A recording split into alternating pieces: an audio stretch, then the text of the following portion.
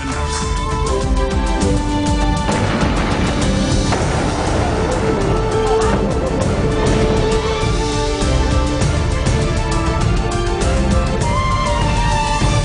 afternoon. It is Sunday, October 27th. I'm Yumna Naufal, and these are today's headlines.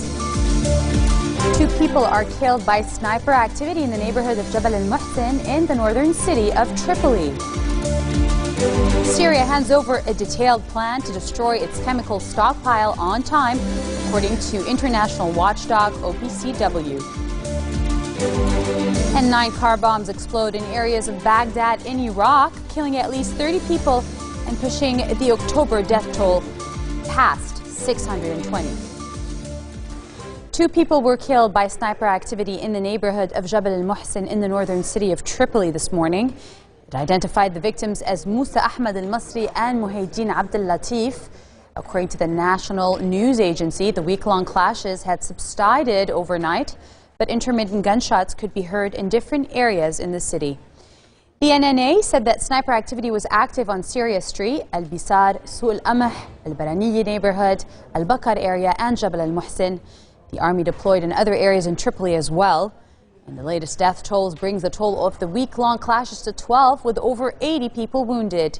Now, just to remind you, the neighborhoods of Bayt al-Tabbani and Jabal al-Muhsin have been for years witnessing deadly gun battles, but skirmishes began to flare with increasing intensity after the Syrian uprising began in March of 2011. Maronite Patriarch Sharadai is criticizing political authorities in Lebanon for neglecting their duties and their attempts to create a political vacuum in the country. He said during his weekly Sunday sermon, officials should prepare conditions to elect a new president within the constitutional deadline. He also demanded that a new and fair electoral law be approved as soon as possible. The elections were supposed to be held in June earlier this year, but they were postponed after the political rivals failed to agree on a new electoral law. The presidential election is set for 2014. Moreover, Rai urged officials to abandon sectarian agendas and foreign and local dictates that seek to create vacuum in the country, and he called on them to cease creating disputes and protect legitimate arms and violations of the law.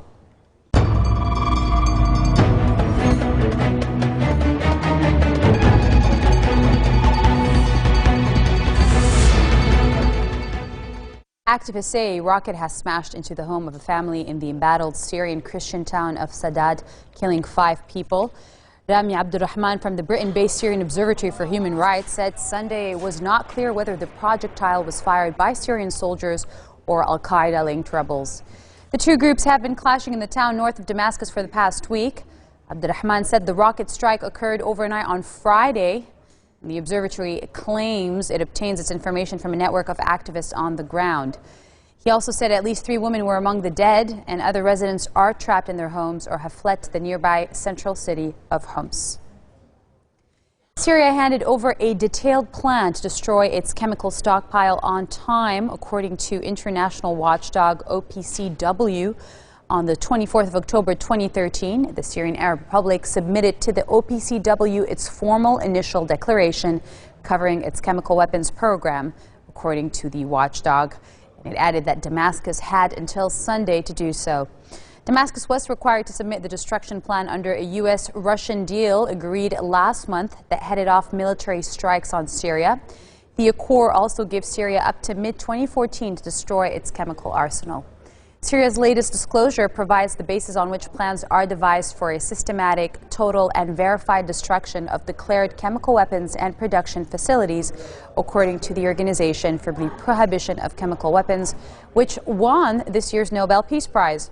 The OPCW's Executive Council will use the Syrian declaration to decide by November 15th on destruction milestones for Syria's arsenal. And the UN Arab League envoy to Syria is to arrive in Damascus tomorrow as part of a tour aimed at garnering support for proposed peace talks. Brahimi's expected visit comes after 19 powerful rebel groups warned that anyone who negotiates with President Bashar al-Assad's regime will be tried for treason. It would be the veteran Algerian troubleshooter's first visit to the war-torn country since late December.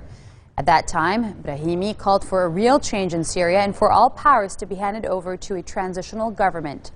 Official media in Syria responded to his remarks by branding him a biased and mocking him as an aging tourist. This time around, Damascus has said the 79-year-old is welcome so long as he stays impartial. Brahimi was appointed the UN and Arab League envoy to Syria in September 2012 after Kofi Annan quit the post. Now, the UN is saying that there are more refugees today than at any time since 1994. Thousands of asylum seekers, mainly from Afghanistan and the Middle East, head to Indonesia each year to make the dangerous voyage across the Indian Ocean to Australia. The influx of asylum seekers is a major political issue both in Indonesia and Australia, particularly as Indonesia has not signed up to the 1951 UN Refugee Convention and does not have to accept refugees. Australia, on the other hand, is a signatory. The asylum seekers pay thousands of dollars to people smugglers for a hazardous boat ride to Christmas Island. EU member states make a distinction between asylum seekers and refugees, with asylum seekers defined as people submitting a request for refugee status. More than 26 million people today, 10.4 million refugees and 15.6 million IDPs are receiving protection or assistance from UNHCR. This is 1 million more people than in 2008.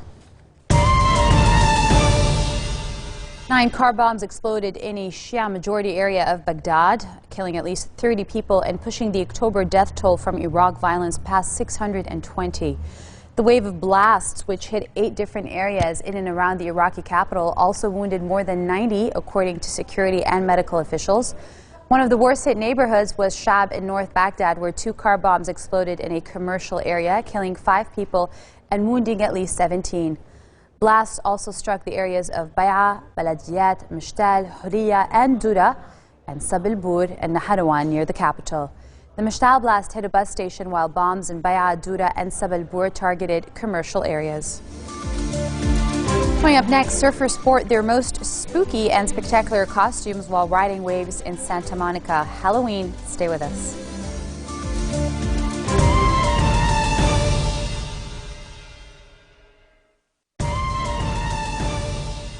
Welcome back. The lead American negotiator in nuclear talks with Iran is calling for a delay in any new sanctions on the country in order to let negotiations take hold.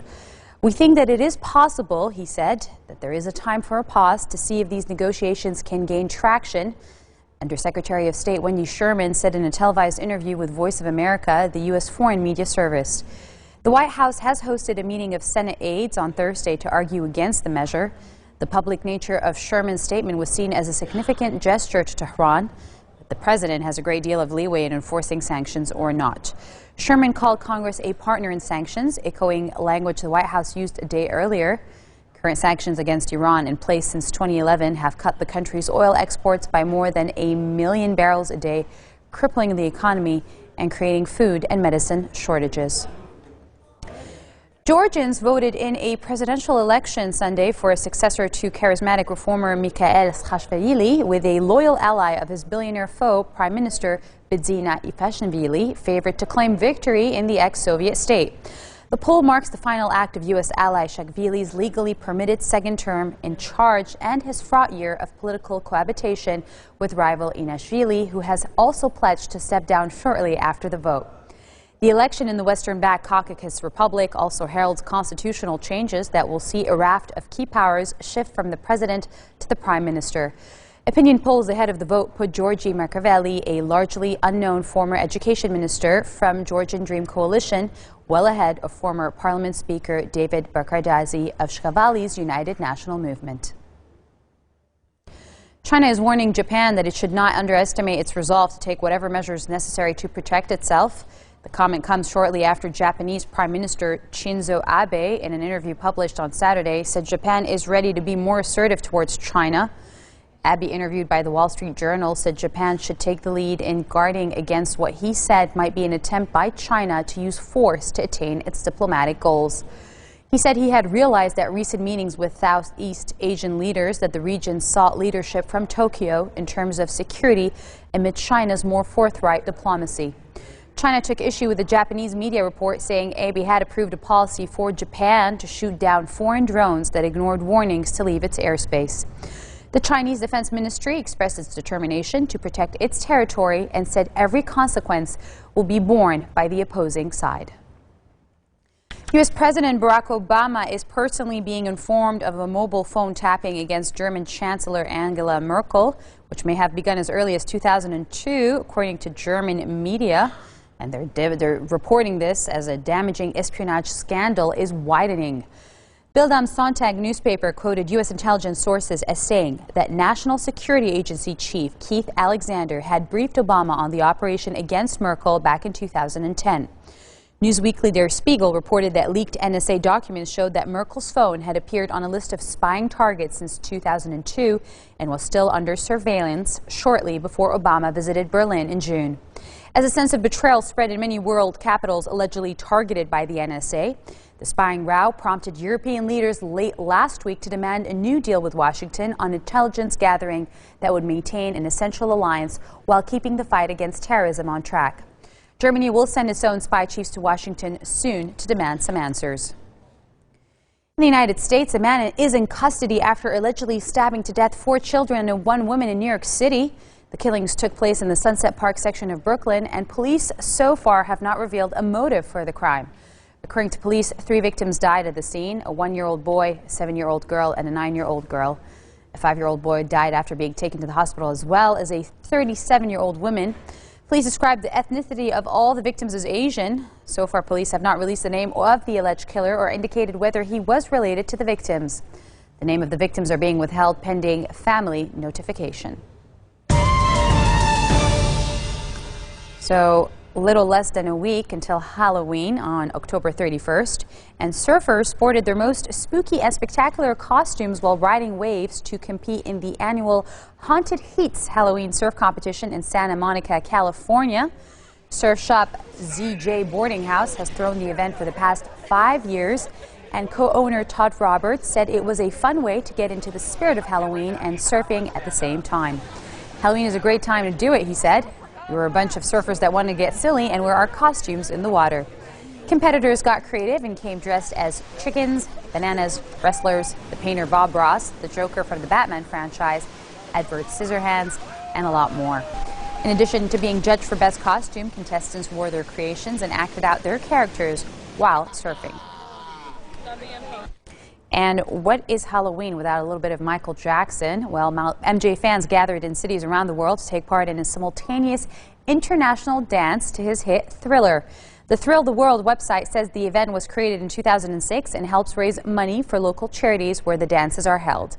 The Thrill the World website lists several dozen events organized in 18 different countries. Here's a sneak peek.